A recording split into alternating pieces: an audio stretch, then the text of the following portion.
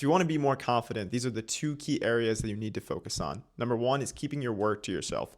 Like imagine you had a friend who just bailed on you last second every time you made plans. So you texted him, you're like, yo, let's go hang out, let's go play basketball. And then last second, he's like, actually, I can't make it. He did this every week for like a full year. The next time you made plans with him, would you trust his response?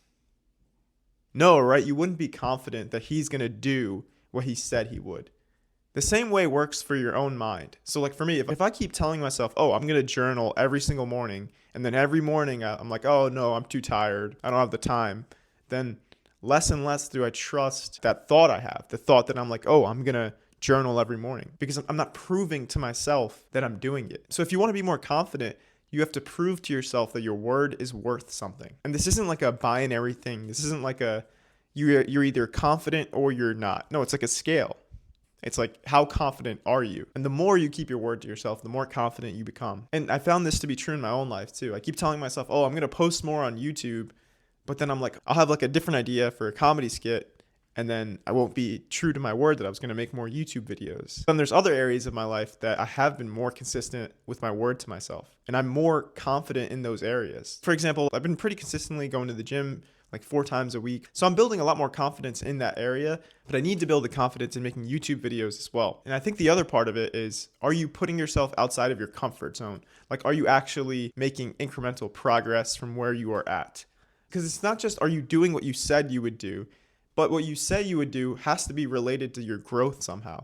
Like if you tell yourself, oh, I'm just going to lay in bed all day, and then you actually do that, you're not going to build any confidence in like any area of your life. You're just going to be more confident that you're going to lay in bed all day. So like what you say to yourself has to be something that's related to your growth. And then you can build confidence based on if you keep your word to yourself. The thing you say is the potential to build confidence in. And then whether you do it or not is whether or not you'll build that confidence. So those are the two things that determine confidence, right? Whether or not you do what you say you will do. And 2, whether what you say you will do is related to your growth. So now that we know what determines confidence, the next question is, how do we become more confident? Okay, number 1, you need to know where you're going, right? Like if you're driving somewhere and you don't have a location to where you're going, you're just aimlessly going to be like traveling around the city. You'll get lost. So we have to know where we're going. What is the area that you want to be more confident in? Because remember, what you say you will do is what you could potentially be more confident in. Like the example I said earlier, if you say I'm just going to lay in bed all day, you'll just be more confident that all you're going to do is lay in bed all day. And it could be multiple areas, but for now, I think just focus on one, right? So maybe it's fitness, maybe it's recording YouTube videos. If you're like me and you like to make like comedy skits or do stand-up comedy, maybe it's related to that. And 2, related to that area, make a SMART goal. So a SMART goal stands for a goal that is specific, measurable, action-oriented, realistic, and time-bound. I think you should do this based on the inputs too. So for me, it's like I want to make at least one quality YouTube video every single week. So that's an example of a SMART goal because 1, it's specific. I know the platform that I'm going to post on. I know I have to record a video.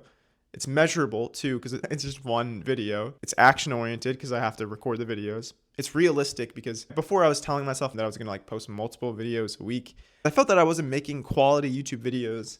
So I didn't want to post multiple times a week if it's not quality, but I can definitely do one a week. So it's action oriented, it's realistic, then it's time bound, right? It's every single week. I know what time I need to accomplish it by. So that's an example of a SMART goal. So then for you, when you're making your SMART goal based on the area that you want to focus on, ask yourself these questions. Each of these is really important because you have to know exactly what you're doing. You have to be able to measure it in some way. It has to be realistic. And there has to be a time frame because if there's no time frame, you could just keep pushing it off. But if you say, oh, I have to do it this week, then you know that there's a deadline. And you know this, right? Because when you're in class and you have like a deadline, a lot of times people just study the night before because they're like, oh, I have to get this done the next day, right?